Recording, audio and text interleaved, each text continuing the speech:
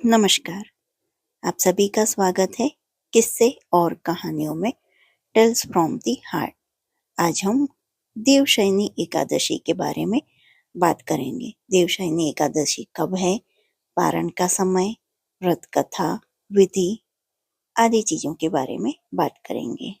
आप सभी को देवशयनी एकादशी की हार्दिक शुभकामनाएं और आप सभी पर श्री हरि का आशीर्वाद बना रहे, ऐसी मेरी शुभकामनाएं हैं। तो चलिए शुरू करते हैं देवशयनी एकादशी। पंचांग के अनुसार आषाढ़ मास के शुक्ल पक्ष की एकादशी 5 जुलाई को शाम 6:58 से शुरू होगी और 6 जुलाई को रात 9:14 पर समाप्त होगी। ऐसे में उदया तिथि के हिसाब से देवशयनी एकादशी का व्रत 6 जुलाई 2025 रविवार को रखा जाएगा। देवशयनी एकादशी का पारण का समय। हिंदू पंचांग के अनुसार देवशयनी एकादशी का पारण 7 जुलाई को सुबह 5:29 से 8:16 तक किया जाएगा। देवशयनी एकादशी के दिन बहुत ही शुभ योग बन रहे हैं। तो आइए जानते हैं कौन कौन से योग बन रहे हैं।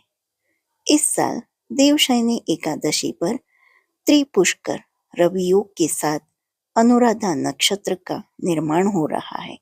बता दें कि इस दिन त्रिपुष्कर योग रात 9:14 से 10:42 तक है और रवि योग सुबह 5:56 से रात 10:42 तक रहेगा। इस अवधि में भगवान विष्णु की पूजा करने से कई गुना अधिक फलों की प्राप्ति हो सकती है। और जो आपको यह एकादशी पसंद आती है, इसकी कथा, इसका जो भी वीडियो है पसंद आता है, तो please like, share and subscribe करें और कमेंट बॉक्स में श्री हरि अवश्य लिखें। तो चलिए शुरू करते हैं देवशयनी एकादशी। देवशयनी एकादशी आषाढ़ शुक्ल पक्ष की एकादशी को ही देवशयनी एकादशी कहा जाता है। इस दिन से भगवान श्री हरि विष्णु क्षीर सागर में शयन करते हैं। वहीं कहीं कहीं इस तिथि को पद्मनाभा भी कहते हैं। इसी दिन से चतुर्मास का आरंभ माना जाता है। पुराणों में ऐसा भी मत है कि भगवान विष्णु इस दिन से 4 मास पर्यंत यानी चतुर्मास पाताल में राजा बलि के द्वार पर निवास करके कार्तिक शुक्ल एकादशी को लौटते हैं। यदि व्रती चतुर्मास का पालन विधि पूर्वक करे तो महाफल प्राप्त होता है। देवशयनी एकादशी को देवशयनी, महा एकादशी, थोली एकादशी, हरि एकादशी, पद्मनाभा शयनी तथा प्रबोधिनी एकादशी भी कहा जाता है। एकादशी व्रत की विधि। देवशयनी एकादशी को प्रातः काल उठें, इसके बाद घर की साफ सफाई तथा नित्य क्रम से निवृत्त हो जाएं। स्नान कर गंगा जल का घर में छिड़काव करें। घर के पूजन स्थल अथवा किसी भी पवित्र स्थल पर प्रभु श्री हरि विष्णु की सोने, चांदी, तांबे अथवा पीतल की मूर्ति की स्थापना करें। तत्पश्चात उसका षोडशोपचार सहित पूजन करें। इसके बाद भगवान विष्णु को पीतांबर आदि से विभूषित करें। तत्पश्चात व्रत कथा सुननी चाहिए। इसके बाद आरती कर प्रसाद वितरण करें। अंत में सफेद चादर से ढकें। गद्दे तकिए वाले पलंग पर शिव विष्णु को शयन कराना चाहिए। व्यक्ति को इन 4 महीनों के लिए अपनी रुचि अथवा अभिष्ट के अनुसार नित्य व्यवहार के पदार्थों का त्याग और ग्रहण करें। कथा।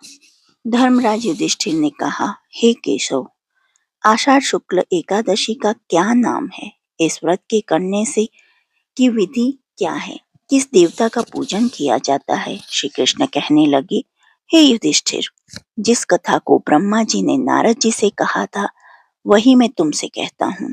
एक समय नारद जी ने ब्रह्मा जी से यही प्रश्न किया था। तब ब्रह्मा जी ने उत्तर दिया कि हे नारद, तुमने कलियुगी जीवों के उद्धार के लिए बहुत उत्तम प्रश्न किया है, क्योंकि देवशयनी एकादशी का व्रत सब व्रतों में उत्तम है। इस व्रत से समस्त पाप नष्ट हो जाते हैं और जो मनुष्य इस व्रत को नहीं करते वे नरकगामी होते हैं। इस व्रत के करने से भगवान विष्णु प्रसन्न होते हैं। इस एकादशी का नाम पद्मा है। इसे देवशयनी एकादशी, विष्णुशयनी एकादशी, आषाढ़ी एकादशी और हरिशयनी एकादशी के नाम से भी जाना जाता है। अब मैं तुमसे एक पौराणिक कथा कहता हूँ, तुम मन लगाकर सुनो। सूर्यवंश में मांधाता नामक एक चक्रवर्ती राजा हुआ है, जो सत्यवादी और महान प्रतापी था। वह अपनी प्रजा का पुत्र की भांति पालन किया करता था। उसकी सारी प्रजा धन धान्य से भरपूर और सुखी थी। उसके राज्य में कभी अकाल नहीं पड़ता था। एक समय उस राजा के राज्य में 3 वर्ष तक वर्षा नहीं हुई और अकाल पड़ गया। प्रजा अन्न की कमी के कारण अत्यंत दुखी हो गई। अन्न के न होने से राज्य में यज्ञादि भी बंद हो गए। एक दिन प्रजा राजा के पास आकर कहने लगी कि हे राजा, सारी प्रजा त्राही त्राही पुकार रही है, क्योंकि समस्त विश्व की सृष्टि का कारण वर्षा है। वर्षा के अभाव से अकाल पड़ गया और अकाल से प्रजा मर रही है। इसलिए मैं राजन, कोई ऐसा उपाय बताओ जिससे प्रजा का कष्ट दूर हो। राजा मंधाता कहने लगे कि आप लोग ठीक कह रहे हैं, वर्षा से ही अन्न उत्पन्न होता है और आप लोग वर्षा न होने से अत्यंत दुखी हो गए हैं। मैं आप लोगों के दुख को समझता हूँ। ऐसा कहकर राजा कुछ सेना के साथ वन की तरफ चल दिया। वह अनेक ऋषियों के आश्रम में भ्रमण करता हुआ अंत में ब्रह्मा जी के पुत्र अंगिरा ऋषि के आश्रम में पहुंचा। वहां राजा ने घोड़े से उतरकर अंगिरा ऋषि को प्रणाम किया। मुनि ने राजा को आशीर्वाद देकर कुशल क्षेम में पश्चात उनसे आश्रम में आने का कारण पूछा। राजा ने हाथ जोड़कर विनती भाव से कहा कि हे भगवान, सब प्रकार से धर्म पालन करने पर भी मेरे राज्य में अकाल पड़ गया है। इससे प्रजा अत्यंत दुखी है। राजा के पापों के प्रभाव से ही प्रजा को कष्ट होता है, ऐसा शास्त्रों में कहा गया है। जब मैं धर्मानुसार राज्य करता हूँ तो मेरे राज्य में अकाल कैसे पड़ गया? इसके कारण का पता मुझको अभी तक नहीं चल सका। अब मैं आपके पास इसी संदेह को निवृत्त कराने के लिए आया हूँ। कृपया करके मेरे इस संदेह को दूर कीजिए। साथ ही प्रजा के कष्ट को दूर करने का कोई उपाय बताइए। इतनी बात सुनकर ऋषि कहने लगे, हे राजन, यह सतयुग सब युगों में उत्तम है। इसमें धर्म की चारों चरण सम्मिलित हैं, अर्थात इस युग में धर्म की सबसे अधिक उन्नति है। लोग ब्रह्मा की उपासना करते हैं और केवल ब्राह्मणों को ही वेद पढ़ने का अधिकार है। ब्राह्मण की तपस्या करने का अधिकार रख सकते हैं, परंतु आपके राज्य में एक शूद्र तपस्या कर रहा है। इसी दोष के कारण आपके राज्य में वर्षा नहीं हो रही। इसलिए यदि आप प्रजा का भला चाहते हो तो उस शूद्र का वध कर दो। इस पर राजा कहने लगा कि महाराज, मैं उस निरपराध तपस्या करने वाले शूद्र को किस तरह मार सकता हूँ? आप इस दोष से छूटने का कोई दूसरा उपाय बताइए। तब ऋषि कहने लगे कि हे राजन, यदि तुम अन्य उपाय जानना चाहते हो तो सुनो। आषाढ़ मास के शुक्ल पक्ष की पद्मा नाम की एकादशी का विधि पूर्वक व्रत करो। व्रत के प्रभाव से तुम्हारे राज्य में वर्षा होगी और प्रजा सुख प्राप्त करेगी, क्योंकि इसी एकादशी का व्रत सब सिद्धियों को देने वाला है और समस्त उपद्रवों को नाश करने वाला है।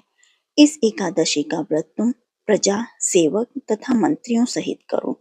उन्हीं के इस वचन को सुनकर राजा अपने नगर को वापस चला आया और उसने विधि पूर्वक पद्मा एकादशी का व्रत किया। इस व्रत के प्रभाव से वर्षा हुई और प्रजा को सुख पहुंचा।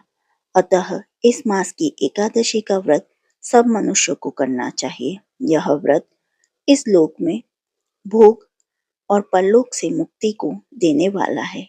इस कथा को पढ़ने और सुनने से मनुष्य के समस्त पाप नाश हो जाते हैं।